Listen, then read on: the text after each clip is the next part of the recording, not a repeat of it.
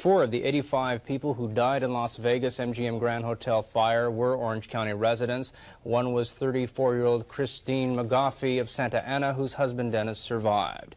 Vincent and Ethel McKinney of Seal Beach also died in the Las Vegas tragedy, and so did Ed and Janice Herring of Irvine. Memorial services for Mr. and Mrs. Herring were planned for 7 this evening at United Methodist in South Laguna. Meanwhile, part of the smoke that hung over the county today was from the Las Vegas fire. The smoke was a kind of depression that affected county fire authorities, who have a great deal of high-rise to protect and grave doubts about the way to protect it. Jerry Wooder reports. Fire chiefs and marshals live with the disheartening apprehension that no crews or equipment will be adequate to fight fires in buildings over 7 or 8 stories. Effective, perhaps, not adequate. The prospect of a high-rise fire scares local authorities stiff. A high-rise building is anything higher than 75 feet from the ground floor. A fire in one can hardly be fought from the outside.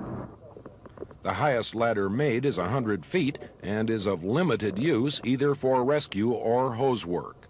The fire must be invaded by firemen climbing stairs, as one was on the 10th floor of Anaheim's Grand Hotel last winter. The presence of a ladder truck here this weekend gave everybody heart failure, but it was just helping deal with a water leak. The Las Vegas MGM Grand was on everybody's mind. The effectiveness of an interior sprinkler system is no longer argued by firemen. Las Vegas's Grand didn't have one, and neither does Anaheim's.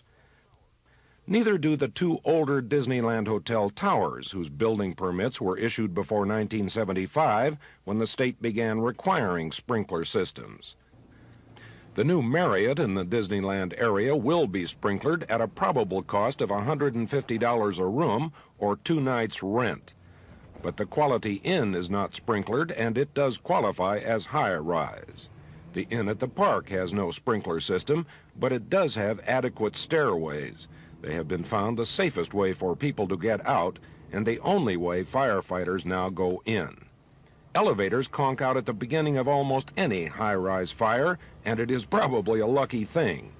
Many push buttons operate by heat, not pressure, so people are automatically delivered to the floor where the fire is hottest. Anaheim firefighters say people who stay above the 6th floor of any building should find out where the stairs are and conduct little fire drills before they go to bed the first night. Their chief thinks good alarm systems and inside hose connections are mandatory, and the reason sprinklers were not mandatory for so long is that hotels were considered clusters of separate living units, resistant to fire. Any misapprehension on that score was erased in Las Vegas last Friday. Anaheim has 3 100-foot ladder trucks to handle any high-level fire in any of its massive hotels, and all 3 are sent if fire should break out in any one. Still, Anaheim is not the most vulnerable section of a county where high-rise has been stuck into farmland like peg teeth. Nor is South Coast Plaza, which is sprinklered floor by floor in the hotel, and all other buildings completed or being completed now. The most vulnerable is Santa Ana, where a fire in the Stewart Title Company 5 years ago took every man and piece of equipment the city had. And the most vulnerable part of Santa Ana is our own civic center, including the county courthouse and the Santa Ana City Hall. Most of these buildings and the ones around them do not have sprinkler systems, and the center of Santa Ana is considered the potential disaster area by most fire authorities in the county. Santa Ana's fire chief heartily agrees. Out of the 17 denoted high-rise, I only have 3 that are fully sprinklered. Are the rest in great jeopardy? The potential is there. What happens if you get a total response, a high-rise response, twice at the same time?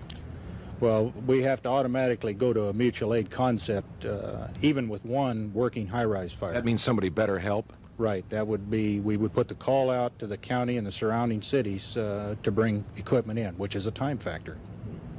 Are we going to have a devilishly bad high-rise fire in Santa Ana, do you think? I think it's just a matter of time before we're faced with a high-rise fire.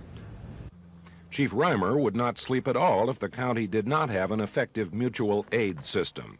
He becomes extremely nervous when county firefighters, with their 3 85-foot snorkels and 5 high ladder companies, are engaged very far from his jurisdiction. Meantime, all he or any other firefighter can do is worry about high-rise fires that might happen and study up on the ones that have. Every high-rise fire supplies a few more pages in the textbook on how to fight them. Once untangled, the Las Vegas fire should furnish an entire chapter. For NewsCheck, I'm Jerry Witter. We can't report that any move has been made in the county to install sprinkler systems in existing buildings, either on a voluntary or mandatory basis, but Anaheim's chief and fire marshal are in Las Vegas tonight, studying the embers of the MGM Grand and formulating plans for the future.